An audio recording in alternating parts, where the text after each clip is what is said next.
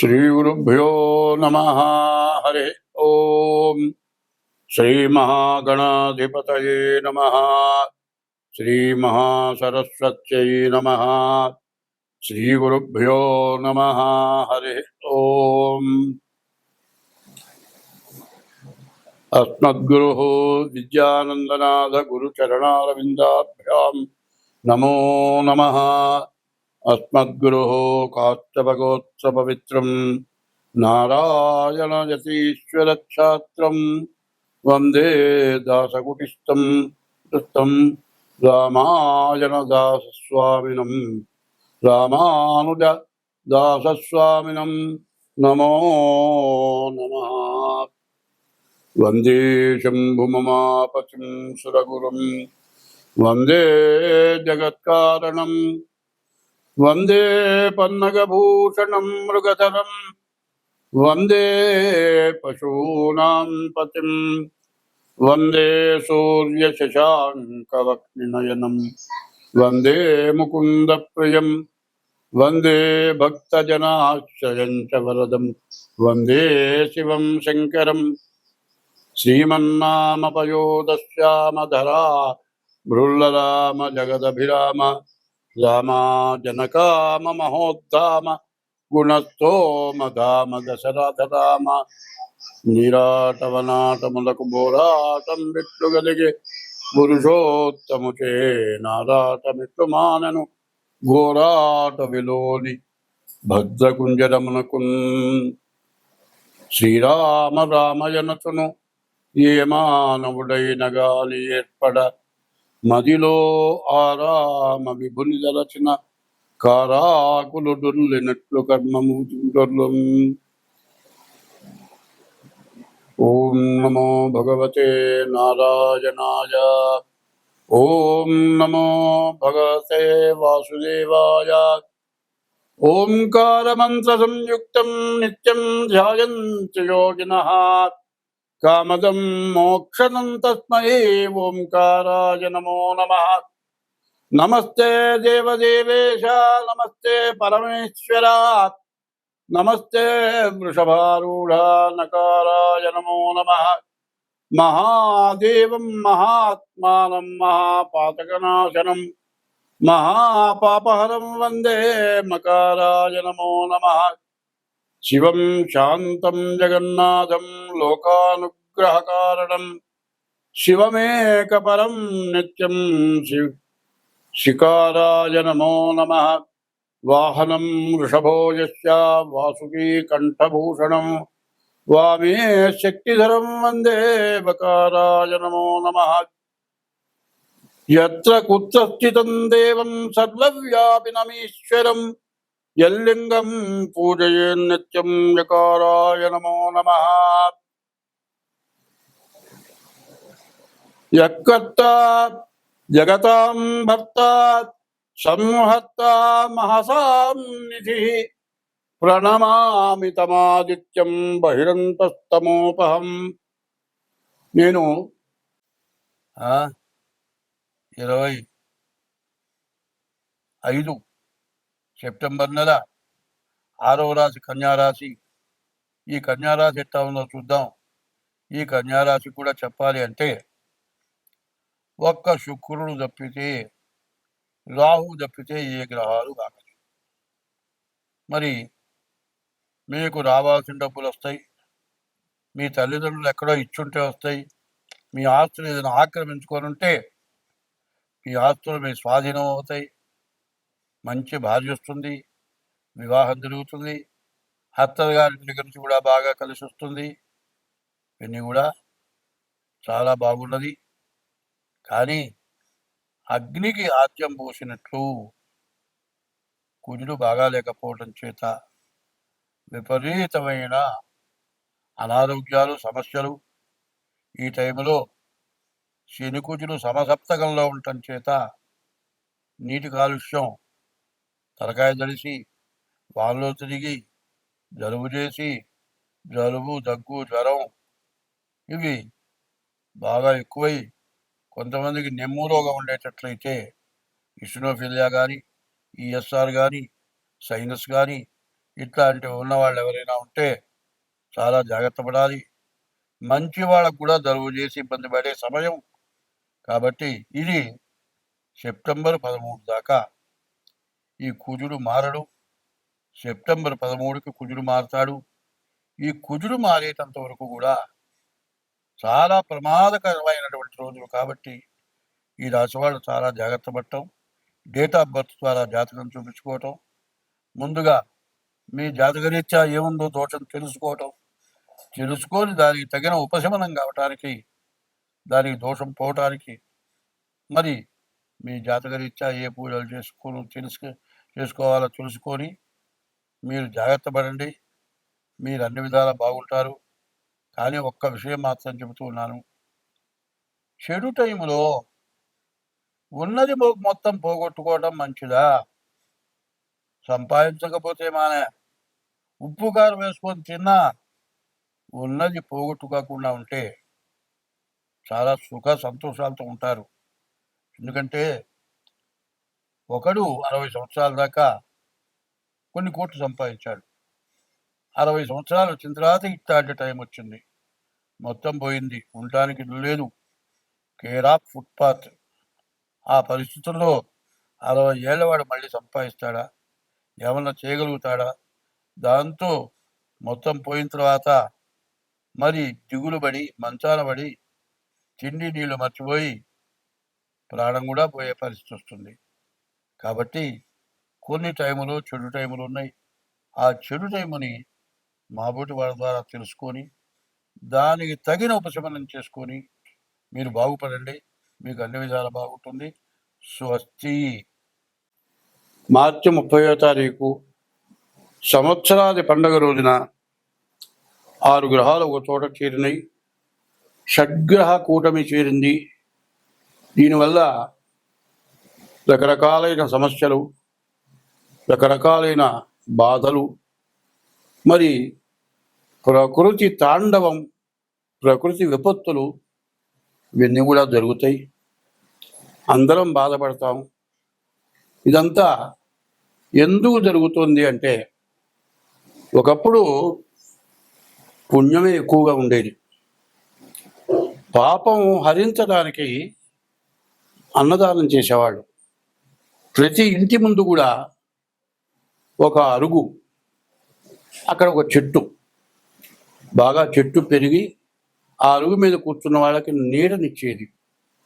అటువంటి అరుగులు ఎందుకు వేసేవాళ్ళంటే, మధ్యాహ్నం తను భోజనం చేసే టైంకి ఎవరైనా అతిథి వస్తే ఆయన శ్రీ మహావిష్ణువుతో సమానమని, ఎవరైనా వస్తారేమో అని ఎదురు చూసి గృహస్థ అయినటువంటి వాడు, గృహస్థ అంటే వివాహం చేసుకొని భార్య పిల్లలతో ఉన్నటువంటి వాడిని గృహస్థు అంటారు. అటువంటి గృహస్థు కనీసం వాకిట్లోకి వెళ్ళి చూచి ఆ అరుగు మీద ఎవరన్నా కూర్చున్నారేమో చూచి, ప్రతి వాళ్ళు కూడా పూర్వం పల్లెటూళ్ళల్లో కానీ బస్తీలో కానీ ఇంటి ముందు సింహద్వారానికి బయట గేటుకి ఈ పక్క ఆ పక్క అరుగు, ఈ పక్క ఆ పక్క ఒక చెట్టు ఉండేది. అయితే గృహస్థైనటువంటి వాడు ఎప్పుడు కూడా ఎవరికైనా పెట్టి తను తినాలి.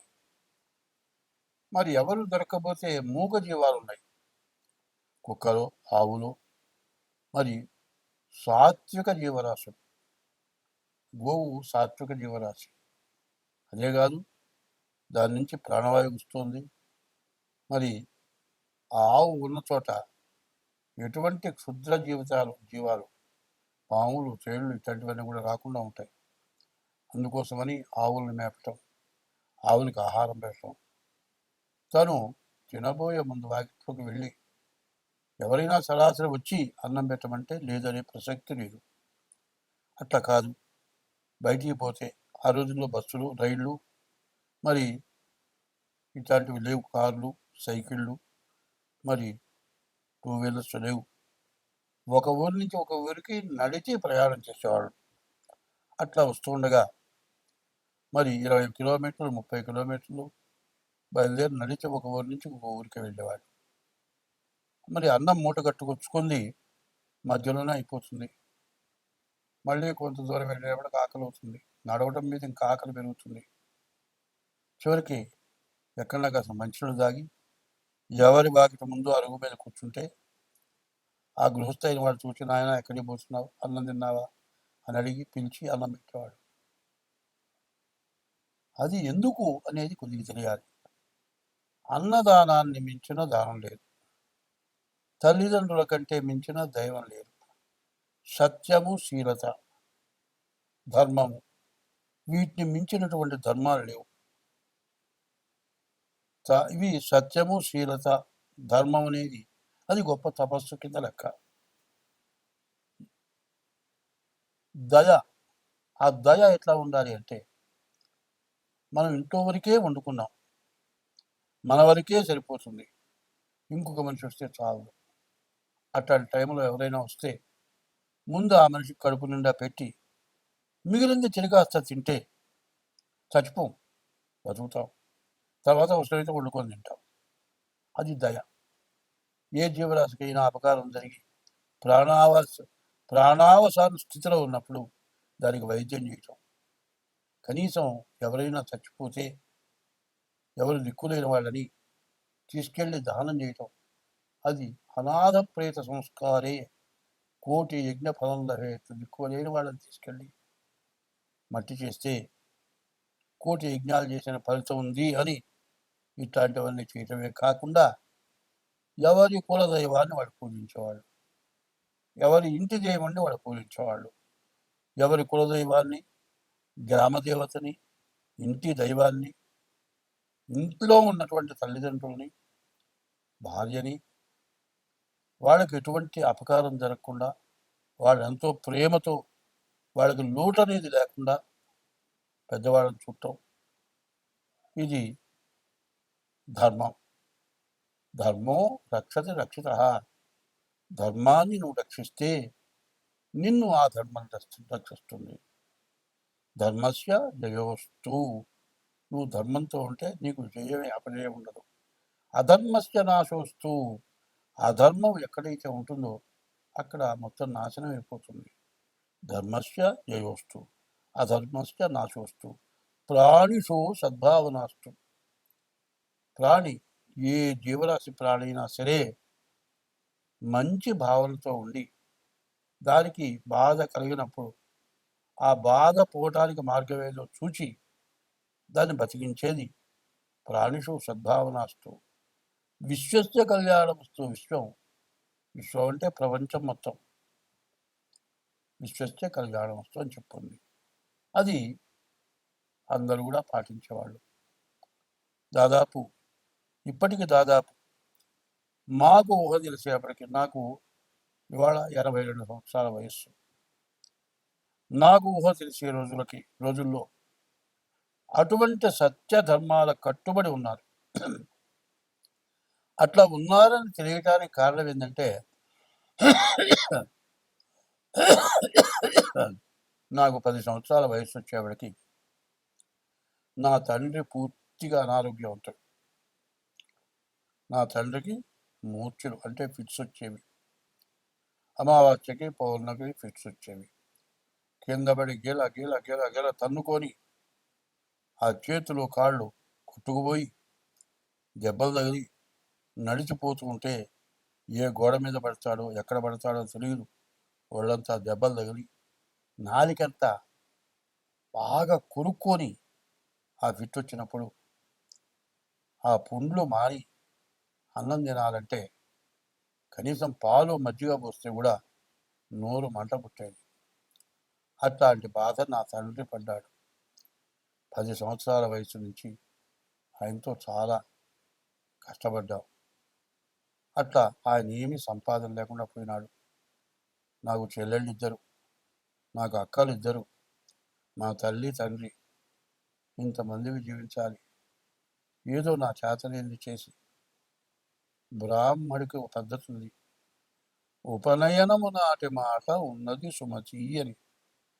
ఉపనయన రోజున ఎంత కోటీశ్వరుడైనా, రాజాది రాజులైనా ఒడుగైన తర్వాత భవతీ భిక్షాందేహి, భవాన్ భిక్షాందేహి అని ముష్టిస్తారు. అది ఎందుకంటే ఏ మహాపతివ్రత చేతి మీదుగా ఇచ్చినటువంటి దానం, ఆహారం, దానివల్ల మంచి విద్యావంతులు అవుతారని ధర్మశాస్త్రం చెప్తుంది. ఉదయం పూట ముష్టికి వెళ్ళేవారు బియ్యానికి, మధ్యాహ్నం పూట బ్రాహ్మణ ఇళ్ళకి మదవకాలకు వెళ్ళి కష్టపడి చదువుకొని ఈరోజు కూడా వాళ్ళకి నేను చదువుకునే రోజుల్లో నాకు స్టైఫండ్లు నెలకింతనిచ్చేవాళ్ళు.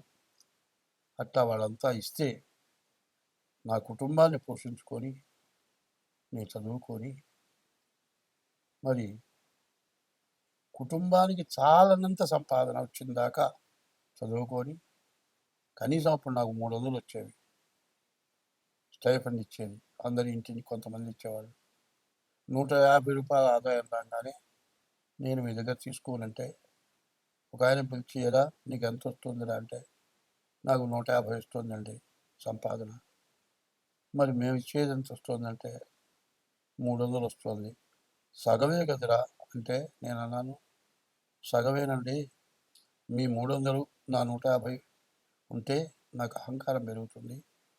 అదే 150తో కష్టపడి సంపాదించుకుంటాను, పైకి వస్తాను, నా తల్లిదండ్రులను పోషించుకుంటాను, మా ఆడపిల్లల పెళ్ళిళ్ళు చేస్తాను అంటే ఆయన అన్నాడు, ఆయన పేరు చెరువు సూర్యనారాయణ గారు, గుంటూరు మహానుభావుడు.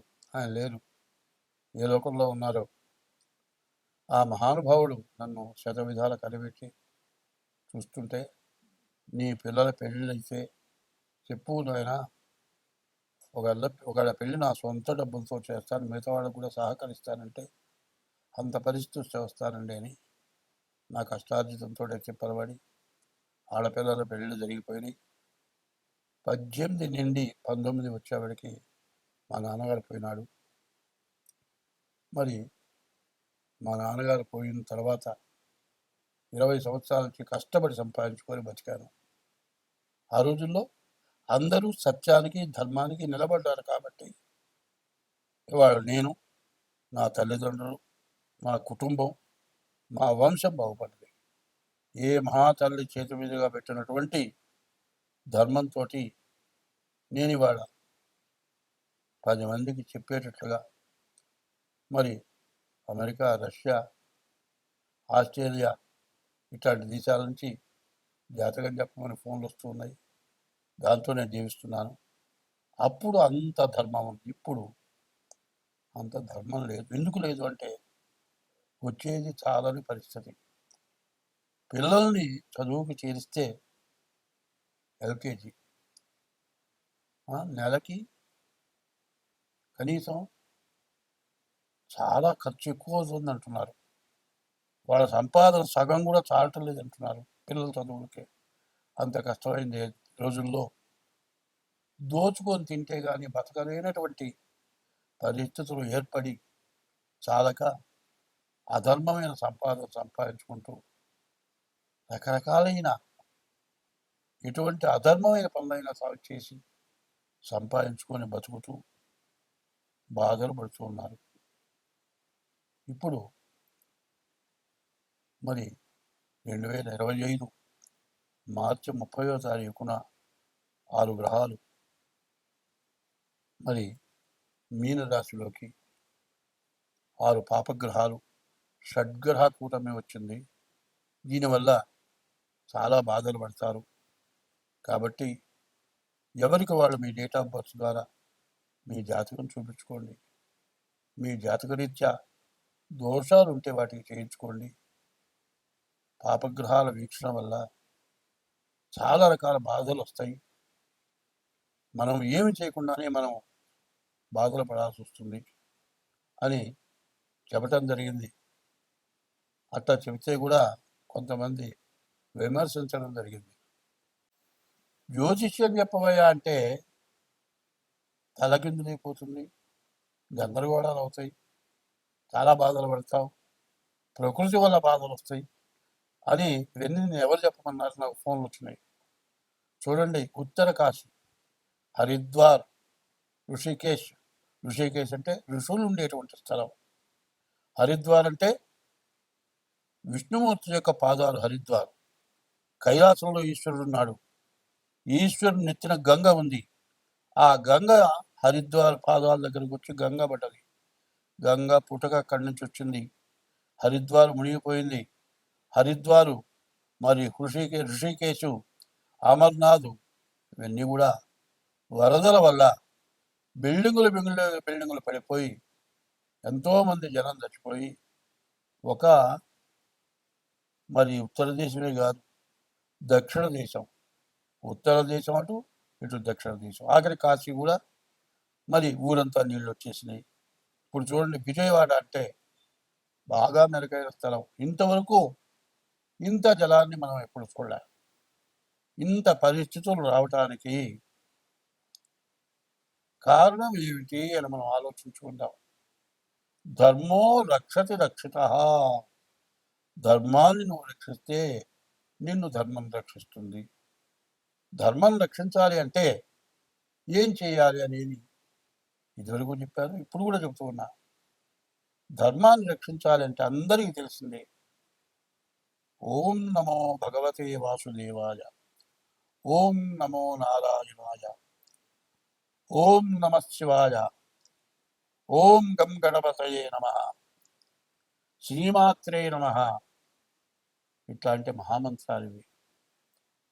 రోజు 1-2 గంటలు మనం చేసే వృత్తిలో విద్యక్కర్లా, చదువక్కర్లా, సంతకం పెట్టడం చేత కాకపోయినా వినవాలా, ఈ చెప్పిన మంత్రాలు గుర్తుపెట్టుకోండి. రోజు 2 గంటల పాటు మనం చేస్తే ఈ ఉపద్రవాలు, బిల్డింగులు కొట్టుకుపోయినాయి, జనంలో దాంట్లో పడిపోయినారు, శవాలు దొరకలేదు, కనీసం ఎవరు చచ్చిపోయినారో ఎవరు బతుకున్నారో తెలియనటువంటి పరిస్థితికి వచ్చాము. ఇవన్నీ రావటానికి కారణం ఏమిటంటే కన్యారాశిలో కుజుడు, మీనరాశిలో శని, వక్రించిన శని. శని కుజులు సమసప్తకం అన్నారు. ఈ సమసప్తకంలో ఉండటం చేత ఇటువంటి ఉపద్రవాలని వచ్చి ఈ పాపగ్రహాల వల్ల మనకు అనేక సమస్యలు, అనేక రకమైన బాధలు. మరి ఇది సెప్టెంబర్ 13 వరకు కుజుడు కన్యలో ఉంటాడు. సెప్టెంబర్ 13కి కన్య నుంచి తులకి కుజుడు వస్తాడు. అంతవరకు సరే. ఈ నీరు కొత్త నీరు వచ్చింది. మరి నీరంతా చెట్లు చావలు అన్నీ కూడా మునిగిపోయినాయి, అన్నీ మునిగెత్తిపోయినాయి, అన్నీ కుళ్ళిపోయినాయి, రకరకాలైన జీవరాశులు ఉద్భవించినాయి. నీరంతా కలుషితమైపోయింది. తాగే నీరు కాలుష్యమైపోయింది. తినడానికి ఆఖరికి కూరగాయలు లేవు. ఎంత కష్టాల్లో మనం ఉన్నాం. ఒక్కసారి నమస్కారం చేసి చెబుతున్నాను, నన్ను విమర్శించబాకండి, బాగా ఆలోచించండి. ఎందుకంటే ఈ సమసప్తమంలో శని కుజులు ఉండటం చేత ఇట్లాంటి బాధలు, విపరీతమైన బాధలు వచ్చినాయి. దీన్ని నేనే కాదు, చాలామంది పెద్దవాళ్ళు చెప్పారు. అది ఇప్పుడున్న పరిస్థితి ఏమిటంటే ఎవరికి వాళ్ళు తెల్లవారు లేవంగానే బ్రతుకు కోసం, జీవనాధారం కోసం ఎవరి వృత్తి వాళ్ళు చేయటంలోనే తయారైపోయినారు. పిల్లల చదువు, అంతులేని విపరీతమైన చదువు పూర్తయిన దాకా బాధ, చదువైన తర్వాత ఉద్యోగం కోసం బాధ, ఉద్యోగం వచ్చిన తర్వాత వివాహం దగ్గర బాధ, అన్ని బాధలే తయారైపోయినాయి. ఈ బాధల్లో పడి ఏమి మర్చిపోకూడదో అది మర్చిపోయినాం. దైవాన్ని ఎప్పుడూ ప్రార్థించాలి.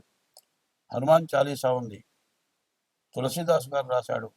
రోజుకి 11 సార్లు చొప్పున 40 రోజులు హనుమాన్ చాలీసా చేస్తే మీరు ఏది కోరుకుంటారో అది అవుతుందని చెప్పండి. మరి ఇట్లాంటి సమయంలో కాదు, హనుమాన్ చాలీసా ఒకళ్ళు కూర్చొని రోజు 11 సార్లు చేయొచ్చు.